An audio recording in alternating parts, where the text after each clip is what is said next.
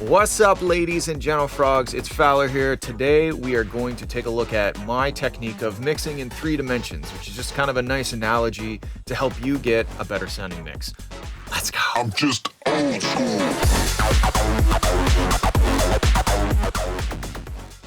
First of all, let's address the elephant in the room. I know what you're thinking. You're thinking, Nick, where can I get my hands on this glorious shirt that you're wearing? And the answer is in the description box below, you silly goose. Obviously, it's got gaming. Guys, we got gaming on a shirt. We got gaming on a shirt, guys. It also has the Talon. It's got MP6, M3H. It's girthy. This shirt is almost illegal. That's how stylish it is. And if you want one, check out the link in the description below. Okay, now that we've got that out of the way, let's move on to some mixing. I'm going to be basing this tutorial on an article that I wrote for Canadian Musician a few years ago. There's a link in the description to that. Basically, what I do when I imagine a mix is I imagine a stage where I'm the audience, okay? So I'm listening. The stage has an x-axis, which is stereo width. It has a z-axis, which is the depth, which is the amplitude or the loudness of the elements. And then it has a height or a y-axis, which is the frequency response.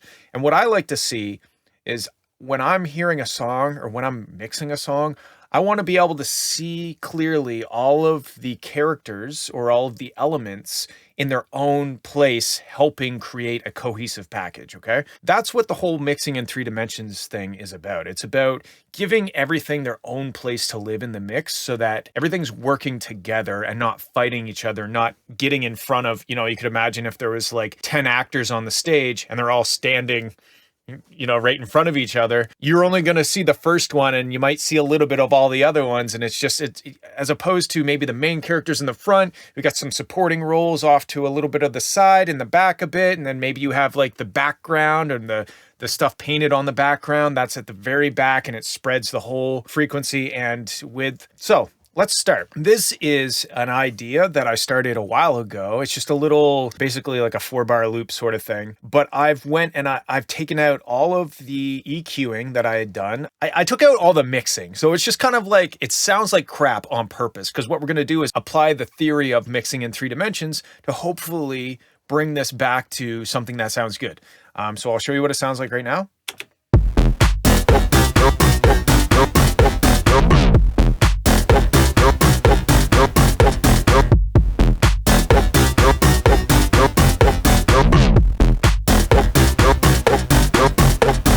So that's what it sounds like. And you'll have to just kind of take my word for it right now. It's actually a pretty cool sounding beat, but there's a lot of stuff wrong with it right now. So let's fix that. Okay, let's start with the x-axis, the side to side, the stereo width, and the stereo placement. Right now, everything is right dead center. Like everything is basically mono. There might be a little bit of stereo imaging happening right now, but if we load up Ozone, we go to the mid-side EQ, we can solo what's on the sides.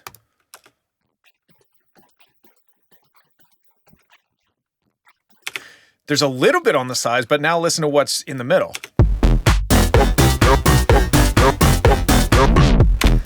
There's a lot in the middle. There's not much on the sides. So let's figure out what the main character is, the main focal point, because that's what we're going to end up putting in the center, is what we want the audience or the listener to hear in front of them in the middle. That's the main focus. To me, the vocal thing makes sense to put in the middle. Okay, so let's keep that in the center. Now let's try and figure out how to place these other elements to complement that, to create context for the vocals without stepping on them. So let's start by bringing in element by element. Let's do the vocal. Okay, there's the vocal. Now let's bring in one of the wubs. Okay, so this is the sound of a horn hit. That's what it sounds like.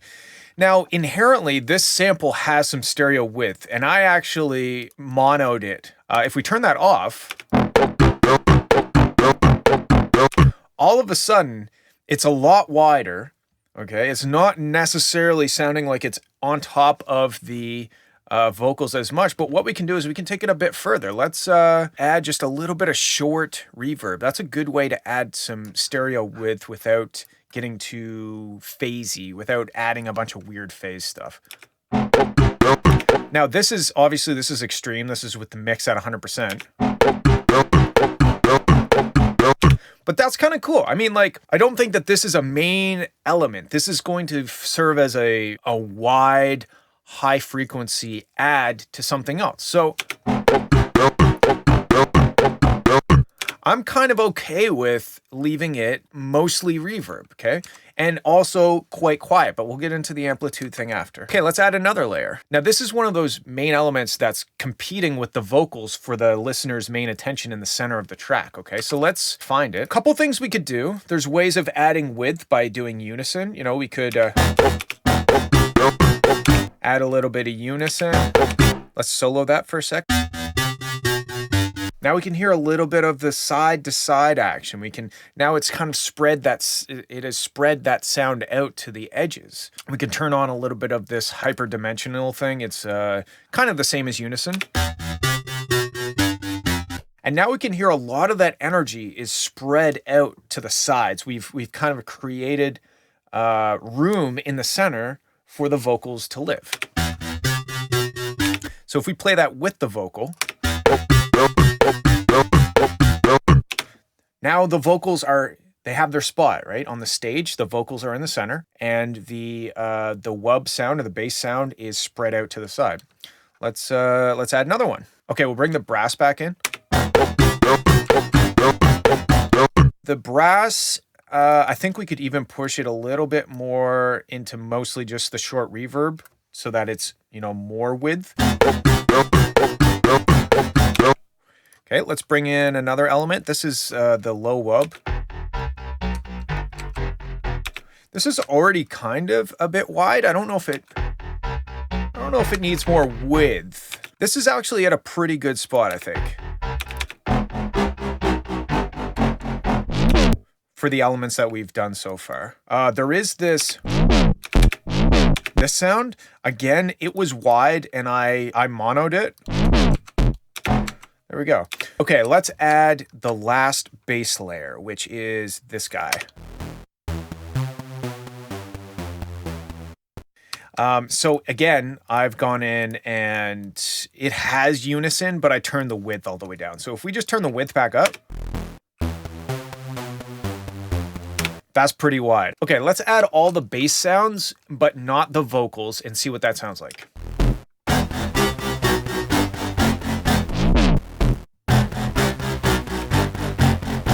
So considering that we have the vocal in the center, this stuff is sounding quite wide. If we add that back in with the vocals,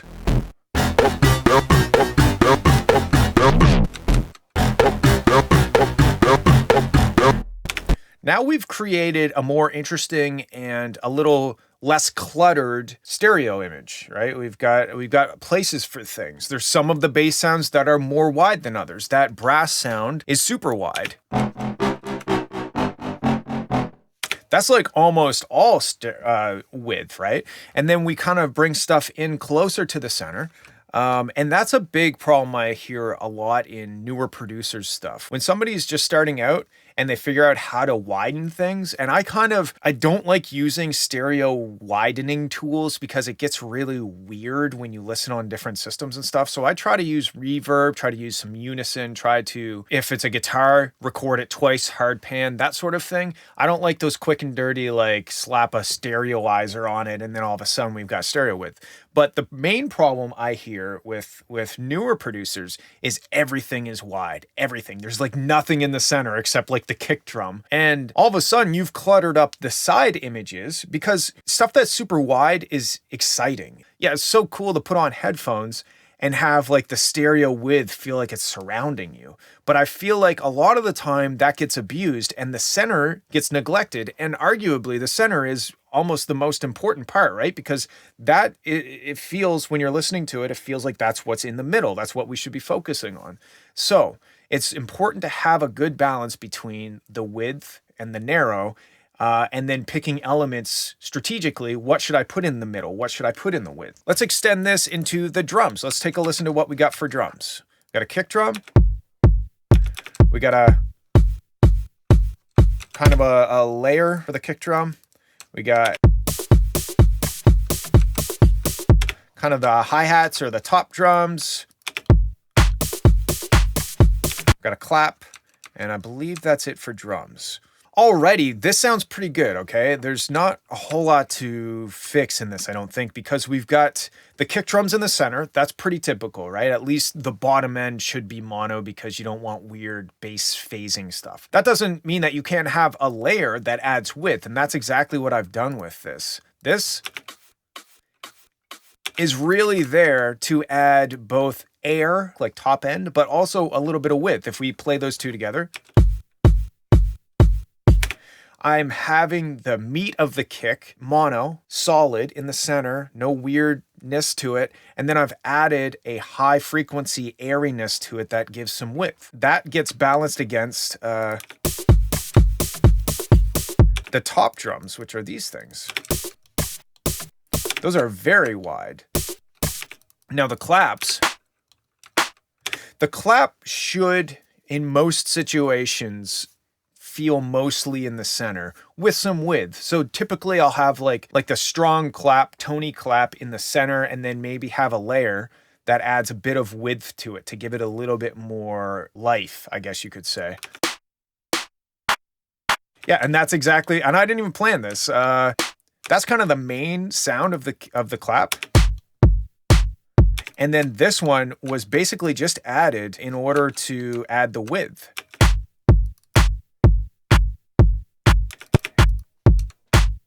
And this is something that I think I did subconsciously. We've got this kick and this clap are mono. And then we've got this kick, which is wide, and this clap, which is wide. And then together, when you add them, we've got a sound that's nice and solid and centered, but it also has a little bit of life. And we did that without having to use any weird stereoizer, phase messing upping kind of VST. Phase messing upping. Phase messer uppers. You don't really want to use phase messer uppers any more than you have to. And this is a good way of using a slight layering technique in order to give some stereo width and life to a sound without messing up the phase of it. Now, the only thing we didn't talk about is the sub bass, but there's a whole video somewhere, I think over in that direction, that talks about sub bass. So go check that out after this. It's center. You don't really want your sub bass to be wide because of reasons that are explained in that video. So go check that out. Now we've kind of placed our elements side to side in the mix. Okay, we've assigned different placements for each of these elements so that we have a nice filled out stage without anybody getting too in front of each other. All right, let's move on to the next dimension. Now we're going to talk about the y-axis, or the frequency response, where the low bassy stuff is down here and the high bassy stuff is up here. The high bassy stuff? Really? The low bassy stuff is down here. The high end stuff is up here. So what do we got? So to me, this sound is mostly just adding some air to the width of the bass. Let's cut out all the stuff we don't need from this sound, because I think it's just muddying up stuff.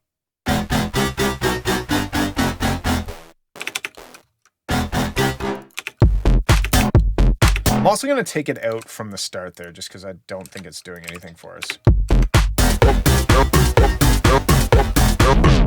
Okay, let's mute the vocals and try to get these basses set in their own vertical position in terms of frequency. First of all, let's start with the sub bass. Okay, it's really there for sub bass.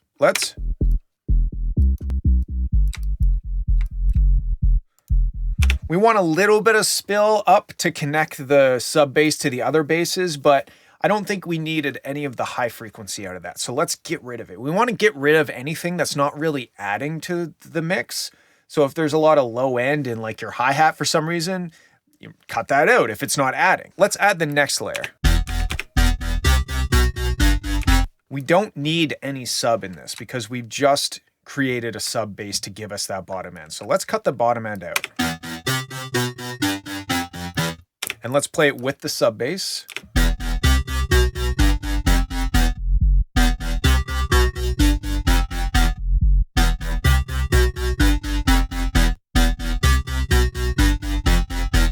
Let's listen to the low wub, which is like an octave down of that.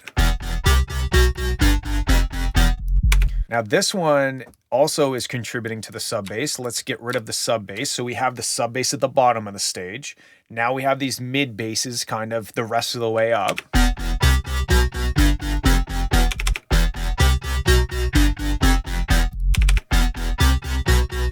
Now, one thing you could do to help these two synths work together, let's turn off the sub and we're just going to look at the two EQs next to each other. You could find some frequencies in each that you like or don't like. So let's take a listen to the first one.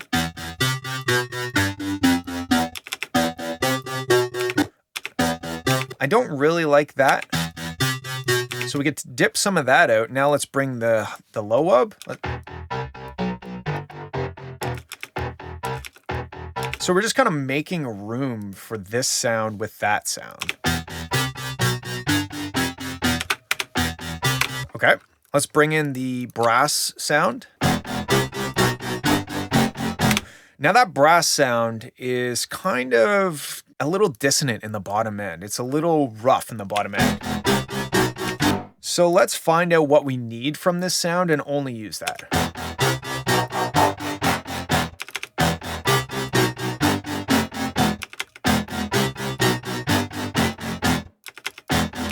And this could also be a maybe too much reverb.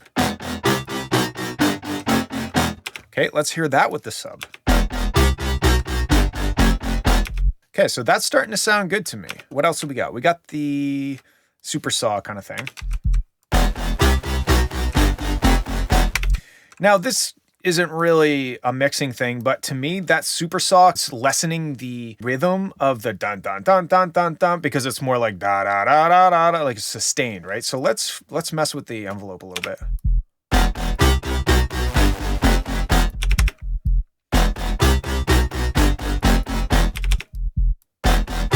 Oh, we've got this sound. Those two sounds, that's kind of like the column response.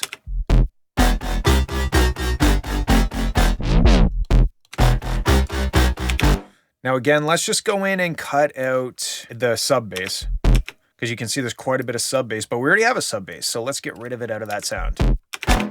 You can see this is the fundamental that's being played. So let's high pass and get rid of it.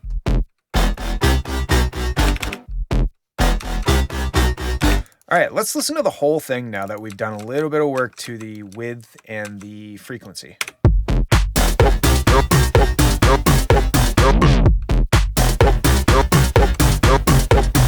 Now, to me, if we get rid of the vocal chop altogether, this is sounding like a pretty decent mix.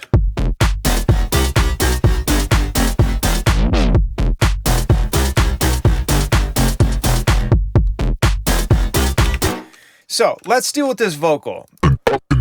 First of all, let's load up an EQ.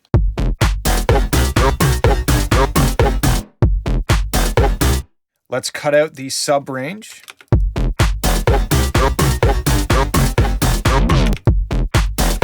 To me, this low mid,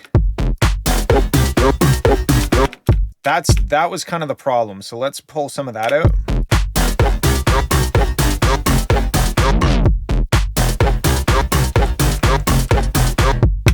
Now, just because this is in the center doesn't mean that it can't have some stereo width. So let's add just another touch of the room reverb. Like let's pull the length down to really low and the amount down to really low. And let's solo that. And let's pull some of the high end out of it as well because the track is quite bright overall. I think what we did to the vocals by kind of carving out some of that low end and adding a bit of presence in the 3,000 to 4,000 range, that really helped it sit in. So to review, we've done stereo. We've placed things in the stereo field. We've done kick and snare primarily in the middle, vocals primarily in the middle. The percussion is quite wide and quite high frequency. We've got the bass, which is quite wide and lower frequency. And that's it. So we've kind of filled up. So we filled up 2 of the dimensions. The last step is, where do we place these things depth-wise in the Z-axis? So let's take a listen to that.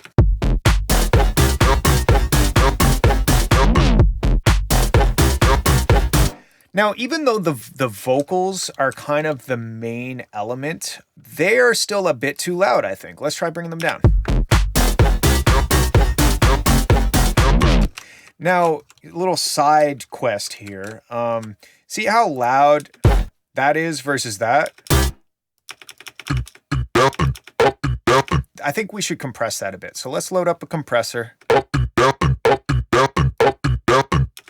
And let's just kind of even those 2 things out. Okay, so now those 2 things aren't quite as different in amplitude.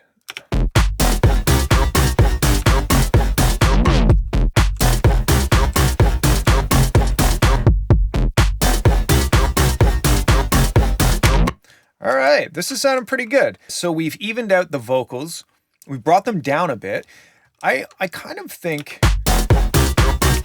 the top drums are a tad too loud, but they're also kind of adding to the brightness of the track. So I don't want to bring them down too much, but I think they're a little bit too much in your face, and they're kind of feeling they're on top of the vocals. So let's try bringing them down. So let's bring the top drums down like 4 dB and see what that sounds like.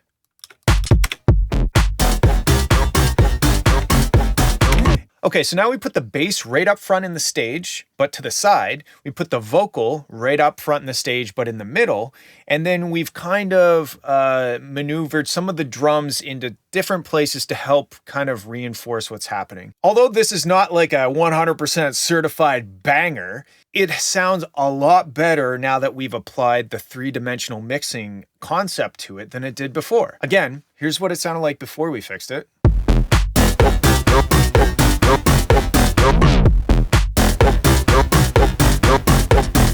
And here's what it sounds like now that we've fixed it.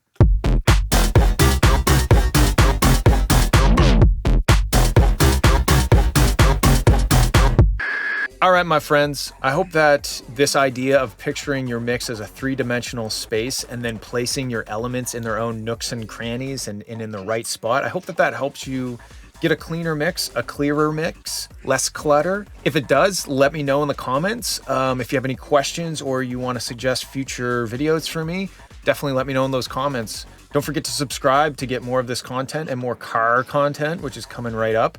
And if you want these shirts, you know what to do. Bye! Old school.